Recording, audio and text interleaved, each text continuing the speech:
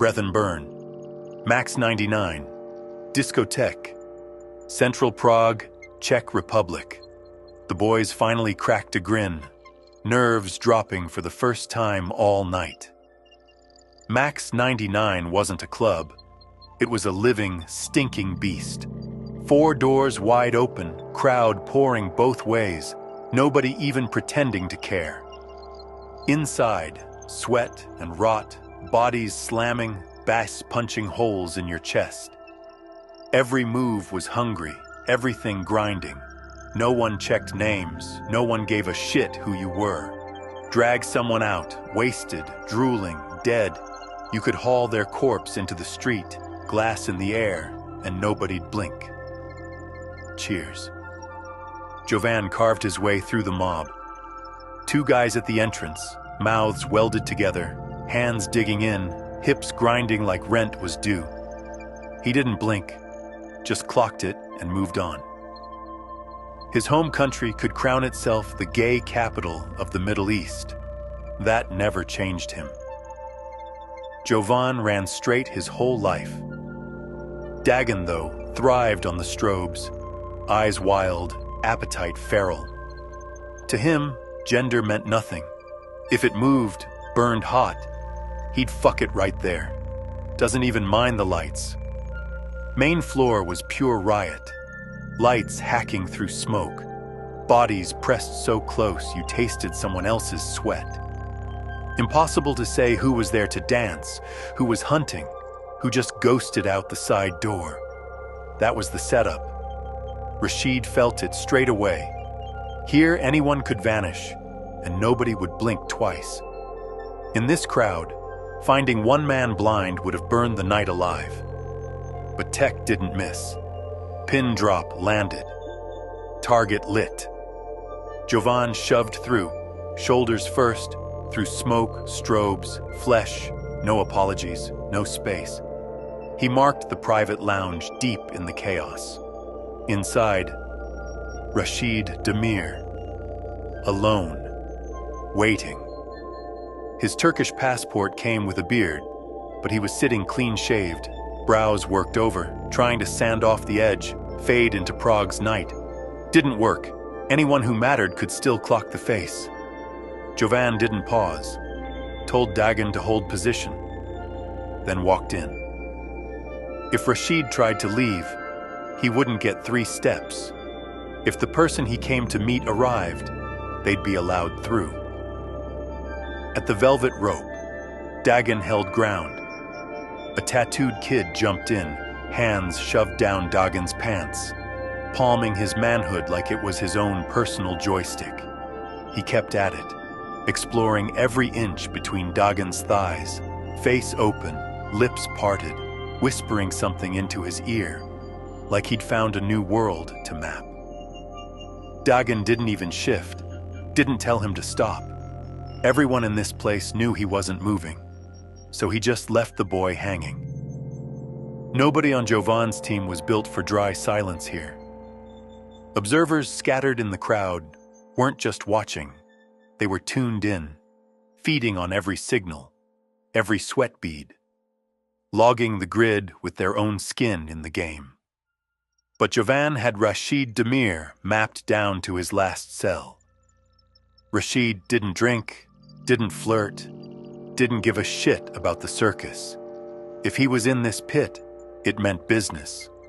Always covert, always some threat hiding just out of view.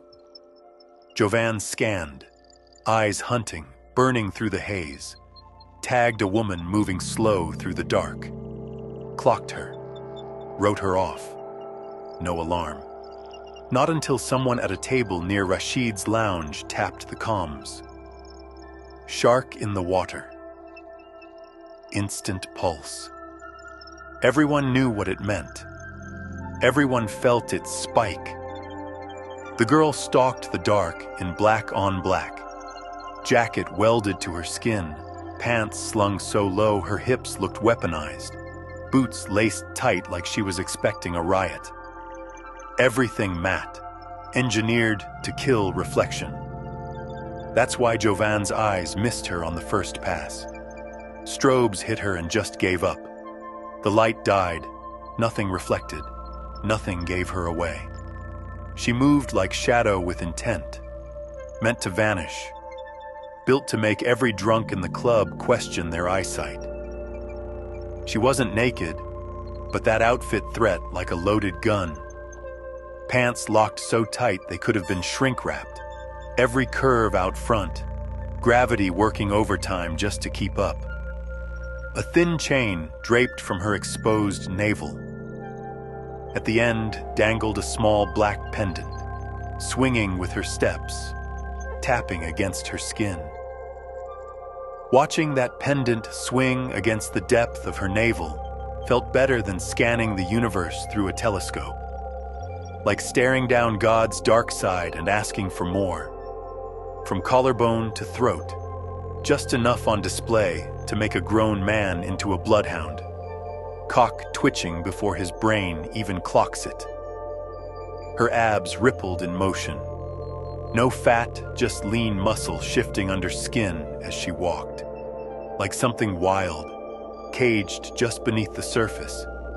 Under the open jacket, the twin peaks of her chest left deliberately visible. Cropped, braless top did nothing to hold them back.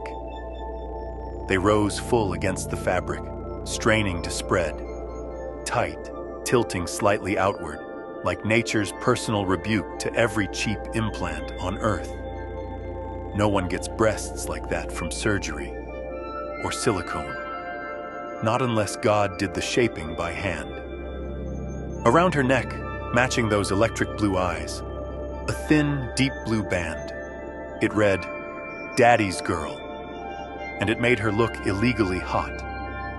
There wasn't a man on the team who didn't want to rip her apart.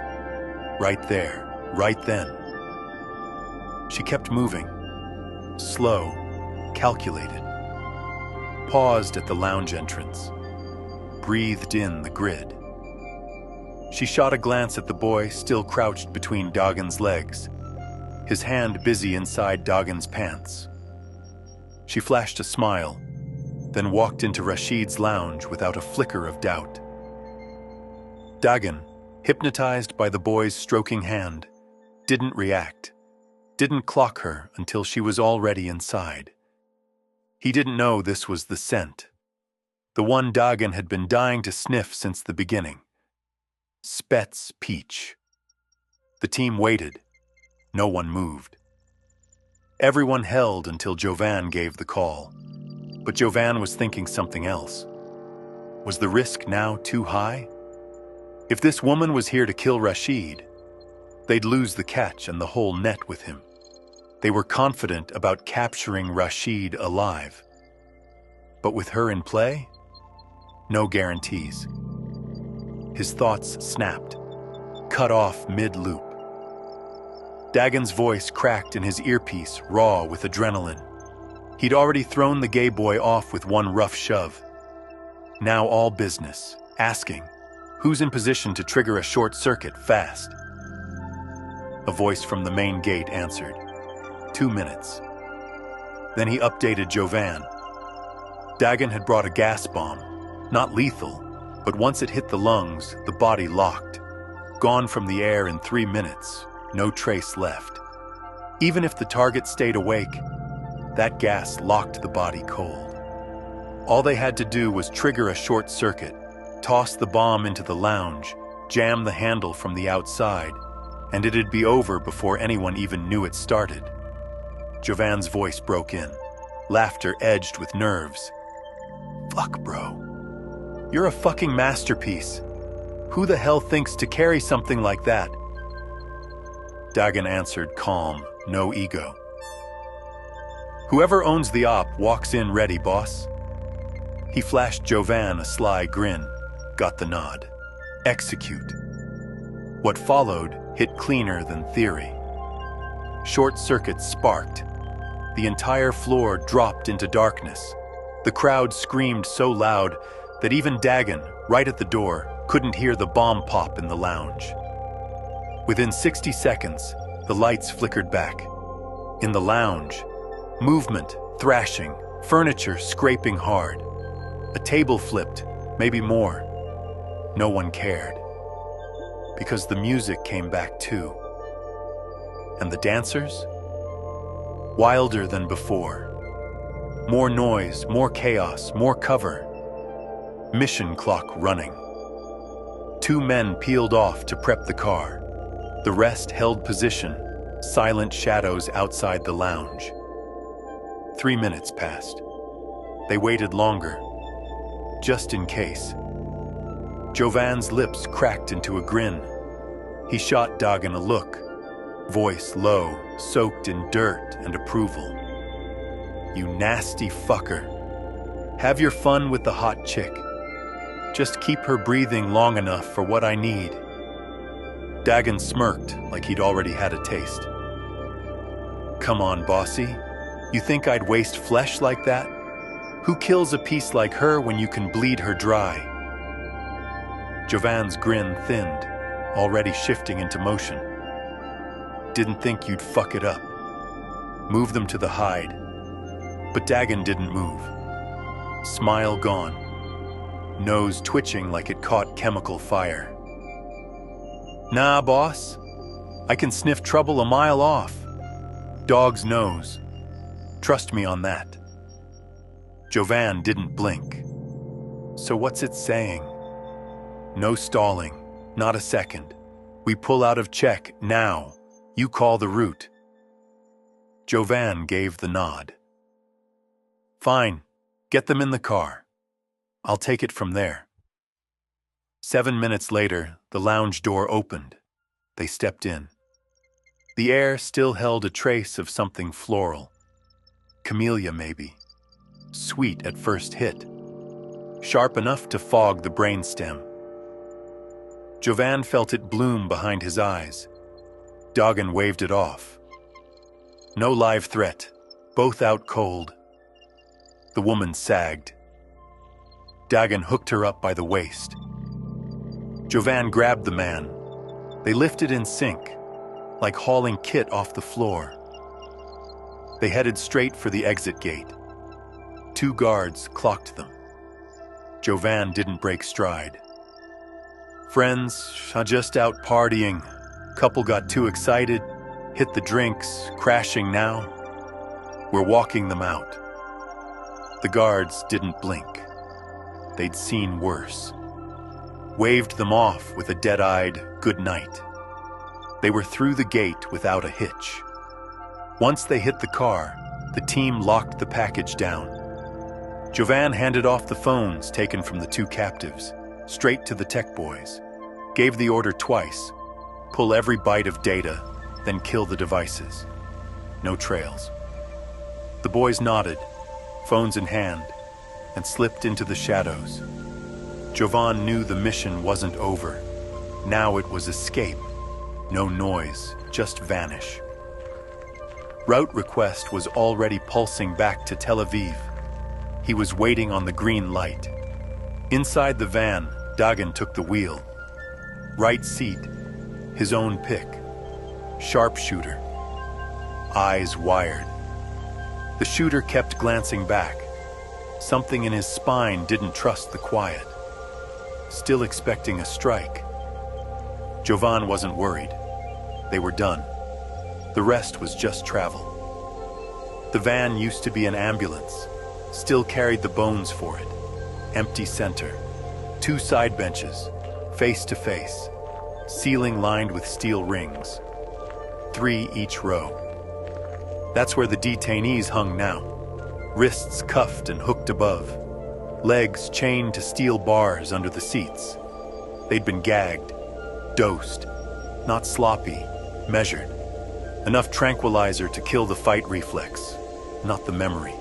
Dagan's other 2 Panthers sprawled on the benches, watching it all. Feet up, calm as wolves after a kill.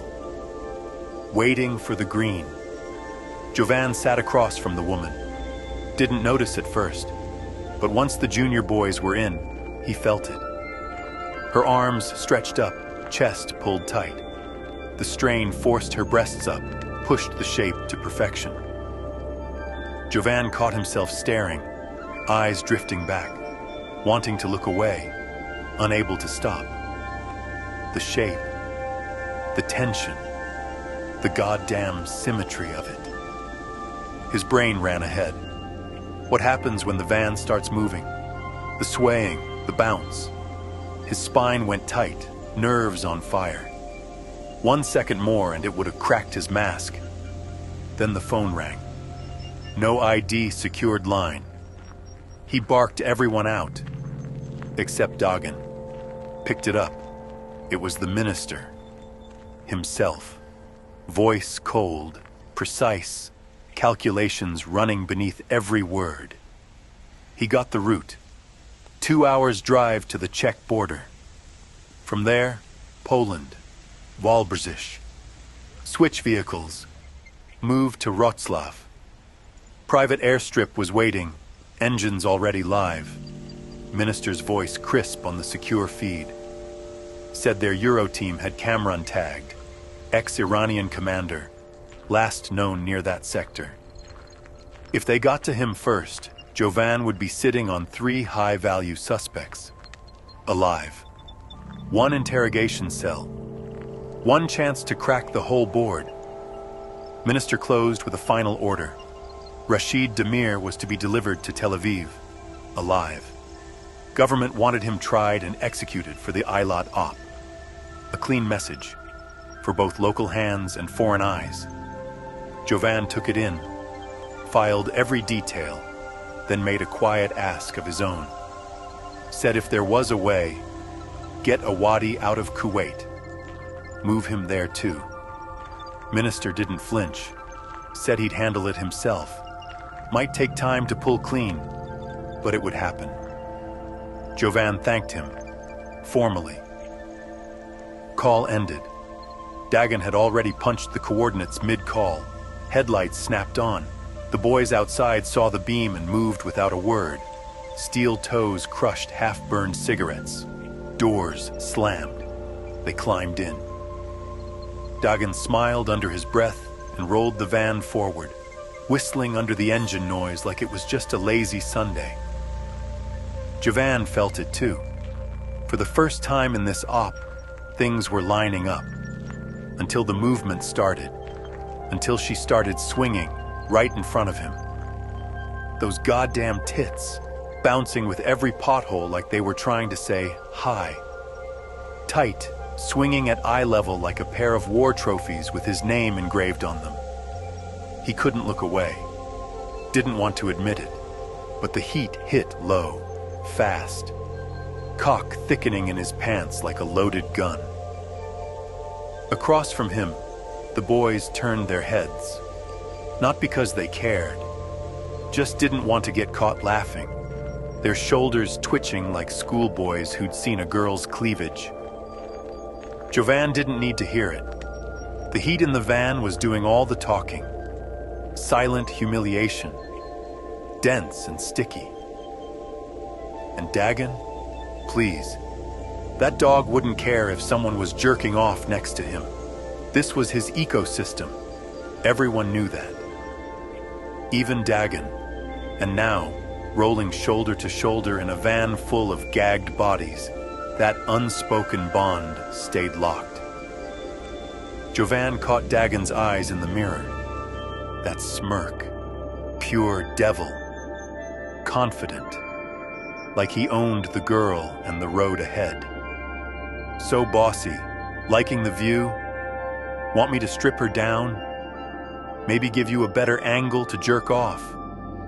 That cracked the van. The boys tried to choke it down. Failed. It came out half cough, half confession. Dagan raised the volume. Face deadpan. Voice full clown. One more laugh and I'll crack your fucking skull. You even realize how long it's been since a pair of tits made Bossy pitch a tent? Fuck it, I'll stop the van. Let him have the charm. No judgment. The threat meant nothing. Laughter detonated. Rattled the van walls like a warhead. The frequency ends here, but the descent is just beginning. Follow the trail to the source.